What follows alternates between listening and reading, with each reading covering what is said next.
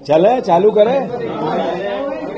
मैंने ये देखा हमेशा कि 2-3 अपने जो फोटोग्राफर है ये बने कितना भी डिस्टर्ब हो जाए पर अपना काम ईमानदारी से करें। बाकी कोई कितने भी डिस्टर्ब, इनका काम ईमानदारी से होता है। सही हम बेईमानी करते नहीं सारों के लिए मैंने ईमानदार बोला, इनके लिए थोड़ा ज्यादा बोला।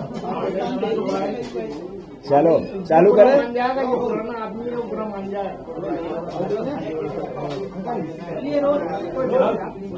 चालू करें सर।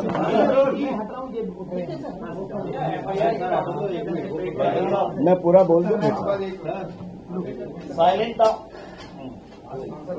मैं फिर से प्रदेशवासियों को, देशवासियों को वो बात, वो भावना जो प्रधानमंत्री ने अपने देश के नाम संबोधन में कही थी कि 2 महत्वपूर्ण बातें पाकिस्तान के तनाव के दौरान भारतवर्ष में देखने को मिली। एक कि देश की सेना के प्रति पूरे देश के 140 करोड़ लोग, उनके शौर्य और उनके पराक्रम पर एक तरह से पूरा देश उनके साथ खड़ा था।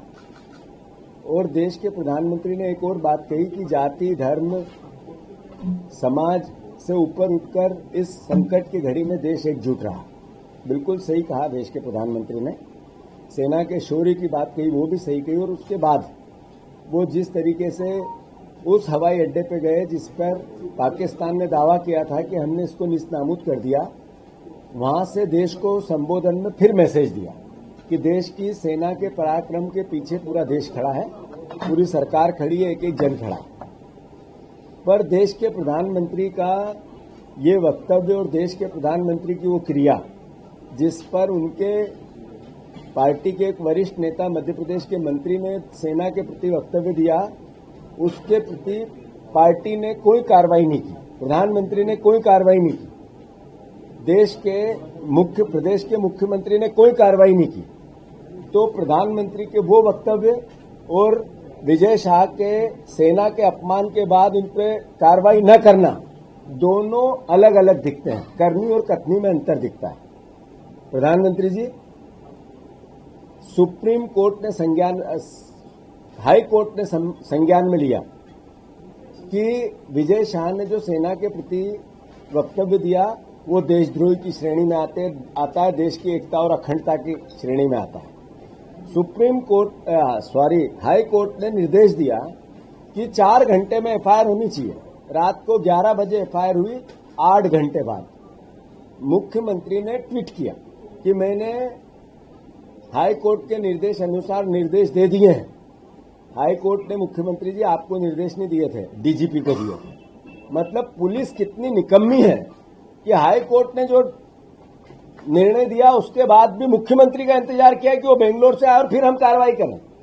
ये कानून और कोर्ट का भी कितना सम्मान करते हैं भारतीय जनता पार्टी की सरकारें और इनका विचार, इससे प्रदेश के सामने एक बार फिर उदाहरण पेश हुआ।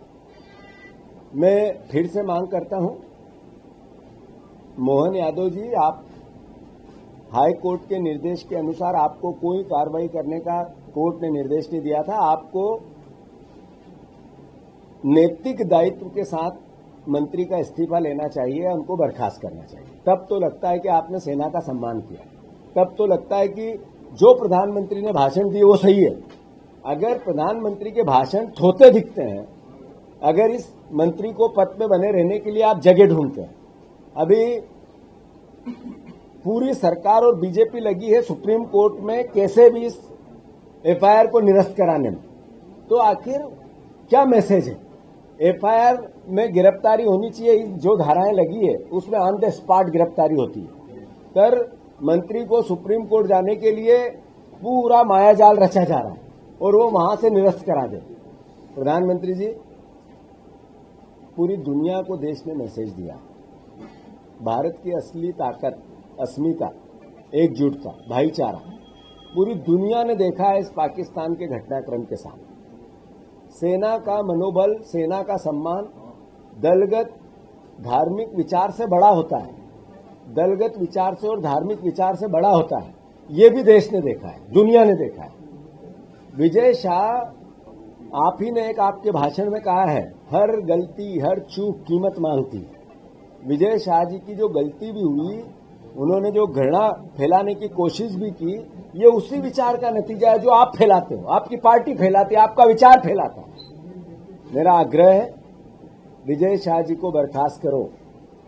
कांग्रेस पार्टी, जैसा मैंने कल भी कहा था, थाने में हम जब एफआईआर करवाने गए थे, हम पूरे प्रदेश में जब तक इनकी बर्खास्तगी नहीं होगी, कांग्रेस पार्टी अपना विपक्ष का दायित्व निभाती रहेगी, सेना के सम्मान में खड़ी रहेगी। मैं फिर से, सेना के सम्मान को लेकर कांग्रेस पार्टी जब तक विजय शाह की बर्खास्तगी नहीं होती है, हम अपना कार्यक्रम आज फिर जारी कर रहे हैं। हम आज महिला कांग्रेस विजय शाह जी के खिलाफ उनके घर जाकर प्रदर्शन करेगी, जो उनका सरकारी आवास है। उसके साथ साथ पूरे प्रदेश में प्रेस कॉन्फ्रेंस करके जन जागरण करेंगे, फिर मौन उपवास करेंगे। हम अलग अलग तरीके से जो एक मर्यादित लोकतांत्रिक विरोध होता है वो दर्ज कराते रहेंगे। मैं मानता हूं कि भारतीय जनता पार्टी का इस पूरे घटनाक्रम में एक बार फिर चेहरा साफ हुआ है। प्रधानमंत्री जी भाषण कुछ और देते हैं और विचार कुछ और रखते हैं। अगर उनके भाषण और विचार एक होते, सेना के प्रति सम्मान के, तो विजय शाह को बर्खास्त करना था। आज 48 घंटे हो गए, देश देख रहा है, दुनिया देख रही है। अगर प्रधानमंत्री जी को हाई कोर्ट ने संज्ञान में ले लिया, फिर भी उनके संज्ञान में नहीं आई बात, यानी ये देश इतने बड़े पाकिस्तान के घटनाक्रम के बाद एकजुटता जो आई है उसको संबल नहीं देता है। मैं मानता हूं, प्रधानमंत्री से आग्रह करता हूं, उसको संबल प्रदान करो और कार्रवाई करो। सुप्रीम कोर्ट पहुंच गए हैं और कांग्रेस पार्टी की तरफ से क्या विवेक तनखा और नहीं, बात यह है, कपिल सिब्बल, मेरा मानना ऐसा है कि ये दलगत विचार से ऊपर का विचार है और ये विजय शाह से कोई जातिगत व्यक्तिगत दुश्मनी नहीं है कांग्रेस पार्टी की। जो विचार सेना के प्रति उन्होंने दिया, ये देश की एकता और अखंडता पर खतरा है और नेचुरल है, स्वाभाविक है कि जब देश की एकता और अखंडता की बात आएगी तो राजनीतिक दल के विचार से या राजनीतिक विचार से बड़ी बात आएगी, देश के विचार की बात आएगी। तो जो भी देशभक्त है उनके खिलाफ जाएगा, कांग्रेस भी हो या व्यक्तिगत कोई वकील हो या कोई लॉयर हो या कोई जो न्याय चाहता है वो हो। तो विजय शाह जी के खिलाफ जो हाईकोर्ट ने कार्रवाई करने के निर्णय लिया बहुत स्वागत योग्य है और आग्रह फिर से है मोहन यादव से कि आप बताओ कि मैं मुख्यमंत्री भी हूं। उनके किसी निर्णय से पता नहीं लगता है कि वो मुख्यमंत्री। इतनी बड़ी घटना जिसने मध्य प्रदेश का चेहरा पूरी दुनिया में कलंकित कर दिया विजय शाह के इस घटनाक्रम में, उसके बाद मुख्यमंत्री जाग नहीं रहे, सोच नहीं रहे, विचार नहीं कर रहे, केवल अपना पॉलिटिकल मैनेजमेंट देख रहे हैं। यानी शर्म का विषय। बीजेपी संगठन का दावा करती है कि हम बहुत अलग संगठन हैं, शुचिता की बात करती है, लेकिन अब तक ना तो नोटिस दिया। आमतौर से अभी सागर में महापौर ने सिर्फ एक एमआईसी का मेंबर बदल दिया था तो नोटिस जारी हो गया था, प्रीतम लोधी विधायक को बुला लिया था। जब मैंने प्रधानमंत्री को संबोधन करते हुए अपनी बात कही, मैंने पहले दिन चिट्ठी लिखी प्रधानमंत्री जी को, जेपी नड्डा जी को, मुख्यमंत्री जी को। जब शीर्ष पे बैठे हुए लोग कान में जूनी रेंग रही है विजय शाह के पूरे घटनाक्रम पे, हाई कोर्ट के संज्ञान में लेने के बाद कान में जूनी रेंग रही है, तो बीजेपी का वो हम अलग संगठन है, अनुशासित है, देशभक्त हैं, मामला छोटा दिखता है। आज तो तिरंगा यात्रा निकाल रहे हैं। आज कांग्रेस का ट्रेनिंग कैंप शुरू हो रहा है गांधीनगर में। इंटरनल मामला है, वो मीडिया में बताएंगे। बीजेपी में जितने भी चीजें देख रही है, शिवाजी पटेल का जो कांड हुआ, उसमें किसी तरह की कोई कार्रवाई नहीं हुई, उससे आपको जेल का कुछ नहीं हुआ, तो आप वो चीजें हमको देखने को नहीं मिलती है। हो सकता है 2013 में इस्तीफा हुआ और विजय शाह का। मैं उमा भारती जी की तारीफ करता हूँ। उमा भारती जी ने एक स्टैंड लिया और ये बताया कि भारतीय जनता पार्टी का विचार और व्यवहार इस तरीके का था। आप ये देखो कि जब से नरेंद्र मोदी जी देश के प्रधानमंत्री बने हैं, भारतीय जनता पार्टी में मर्यादा क्या होती है, अमर्यादित राजनीति क्या होती है, ये दुनिया को बताया। उन्होंने विधायकों की, सांसदों की मंडी लगाई, सरकार गिराने के लिए सोची समझी रणनीति के तहत एक पूरा एक तरह से सेगमेंट बनाया, एक तरह से डिपार्टमेंट बनाया और कई सरकारें गिरा दी, कई जनप्रतिनिधि खरीदे और बेच दिए।